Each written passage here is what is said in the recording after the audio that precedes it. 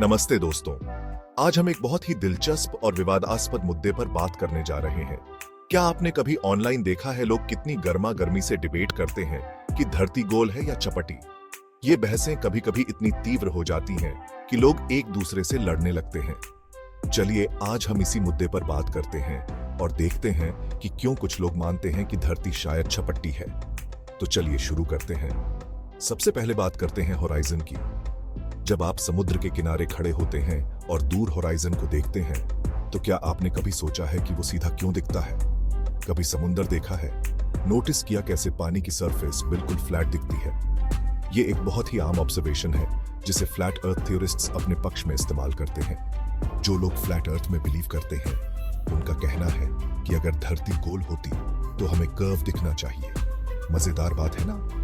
अब बात करते हैं ग्रेविटी की, जो एक और महत्वपूर्ण पहलू है, या यूं कहें कि फ्लैट अर्थ थ्योरी में इसकी गैर मौजूदगी की। उनका मानना है कि ग्रेविटी जैसा कुछ होता ही नहीं है। उनका मानना है कि गोल धरती पर सब कुछ सेंटर की तरफ खींचने की बजाय सब कुछ बस ऊपर की तरफ जाता है, किसी मिस्टीरियस फोर्स की वजह से। ये फोर्स क्या है, इसके बारे में भी कई थ्योरीज हैं। उनका कहना है कि यही अपवर्ड मोशन हमें ग्राउंड पर रखता है, हमारे सोचने के तरीके से बिल्कुल अलग। अब बात करते हैं फ्लाइट पैथ्स की। ये एक और दिलचस्प पहलू है। कुछ फ्लैट अर्थर्स का दावा है कि कुछ डायरेक्ट फ्लाइट पैथ्स एक गोल धरती पर पॉसिबल नहीं होने चाहिए और एक फ्लैट अर्थ मैप से बेहतर समझाए जा सकते हैं। ये दावा कई लोगों को सोचने पर मजबूर कर देता है। उनका कहना है कि एयरलाइंस और दुनिया भर की गवर्नमेंट्स मिलकर एक बड़ी साजिश रच रहे हैं ताकि धरती के छपट्टे होने का सच छुपा रहे। सोचने पर मजबूर करता है ना? लेकिन स्पेस से ली गई उन फोटोज और वीडियोस का क्या, जिनमें धरती एक सुंदर नीले मार्बल की तरह दिखती है? ये इमेजेस और वीडियोस बहुत ही कन्विंसिंग हैं।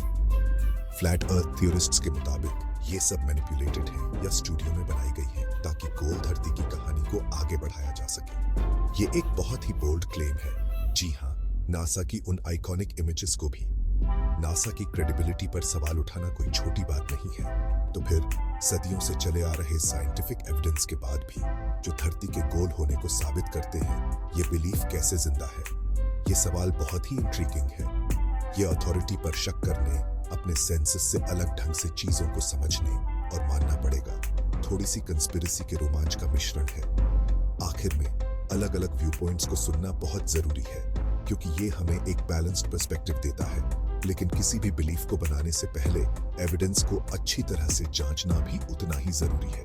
बिना एविडेंस के कोई भी क्लेम टिक नहीं सकता।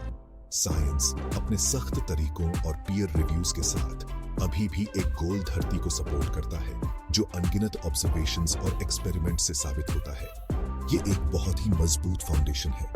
लेकिन ऑल्टरनेटिव व्यूज पर सवाल करना और उनकी जांच करना, यही तो हमारे दिमाग को तेज और जिज्ञासा को जिंदा रखता है। आपका क्या सोचना है? क्या कोई ऐसी थ्योरी है जो आपको कन्वेंशनल बातों पर सवाल करने को मजबूर करती है? ये सवाल पूछना बहुत ही महत्वपूर्ण है। अपने विचार कमेंट्स में लिखिए और इस दिलचस्प चर्चा को आगे बढ़ाते रहिए। आपके विचार इस चर्चा को और भी रोचक बना सकते हैं। अगली बार तक सवाल करते रहिए और क्यूरियस बने रहिए। ये जिज्ञासा ही हमें नई चीजें सीखने और समझने में मदद करती है।